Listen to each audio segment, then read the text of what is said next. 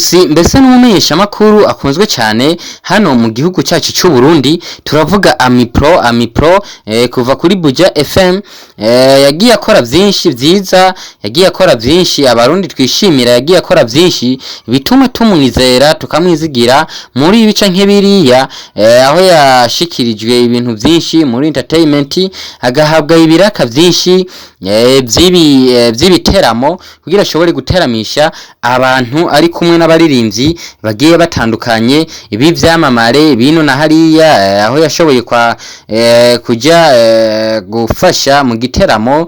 Turavuga byaba Alikiba kuva mu gihugu cya Tanzania, byaba Harmonize, byaba Sauti Sol, byaba Nevi n'abandi benshi bagiye bamamaye cyane muri East Africa community no muri Afrika muri rusangi.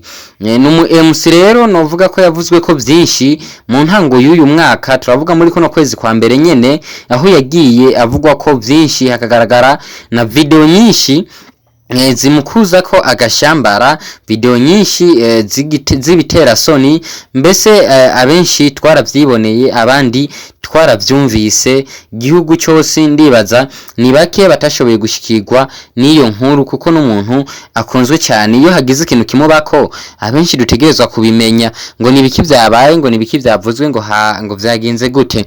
Uyu munsi tuvugana igenekerezo gitarike 29 kwezi kwa mbere nyene, mbere yuko turanguza ukwezi kwa mbere, niho yashoboye kugiriranira ikiganiro n'ikimenyesha makuru cha Siren Vibes TV, ikimenyesha makuru cha hani wacu nyene mu Burundi, aho bagiye baramubaza ku bintu byinshi bigiye bitandukanye.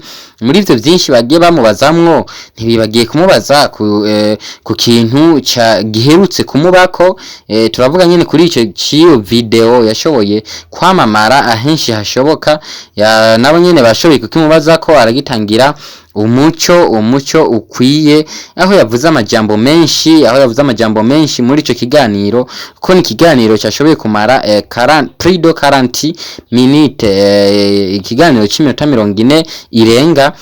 Urumva ko haba havuzwemwo byinshi, haba hayazwemwo byinshi. Yasiguye kuva agitanguye akazi kiwe, aho yagatanguriye mu ntara ya Gitega n'ahandi, uko akazi kiwe kagiye karagenda kongera gakundwa, yabisiguye byose.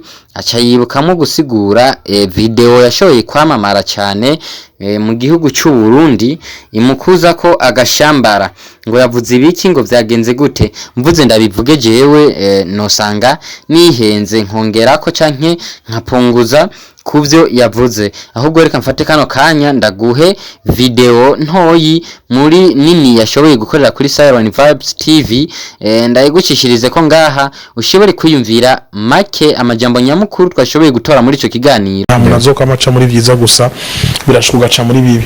Je 2021 nayejeje ndi mu vyiza, ariko natangiye 2022 ntari mu vyiza, naraciye mu bintu bibi, hari ingorane zanshikiye, abantu bavyakira ukundi, ariko je narinzi ukuri kanarinzi yuko mu gihe uri mukuri Imana ndashobora kuguta. Amajambo nkari yakira gute? Bon, je namvuga yuko umuntu afise droit yo kuvuga ico ashaka. Umuntu afise droit yo kuvuga ico ashaka. Muzo judging umuntu kubera ngo yakuvuzeho nabi. Kugira bakuvuge nabi nuko bakuzi. Sivyo? Nuko hari ico wakoze. Nibaze ko bazofata umuntu mwibarabara atakintu na kimwe yakoze, hama bagenda bavuge ngo naka nabi cyangwa bamuvuge neza. Je dernièrement naragiye Yes, ayo niyo majambo nyamukuru twashoboye gukura mu kiganiro yashoboye gukorana na Siren Vibes TV.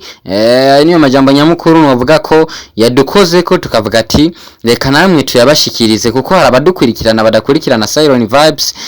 Nico gituma twavuze ati ntitwo vyigumizamwo, reka ahubwo tubisanzaze kujya na video y'ibitera soni yashoboye kwamamara, video yo gusigura ingini ibintu vyagenze, iyo byavuye niyo vyahereye. Twavuze ati ntitwoshobora kureka kubibacishiriza ko hano kuri Sten TV Worldwide. Ndabibutsa neza yuko kuri micro mwari kumwe na Sten Promoter on the machine, akabari Promise cameraman. Turi kumwanya kugira tubahe ibigezweho, turi kumwanya kugira tuje muri bya bintu by'urusaku bitazwi. Dukora urusaku gwemewe, dukora urusaku dufitiye ubuhamya.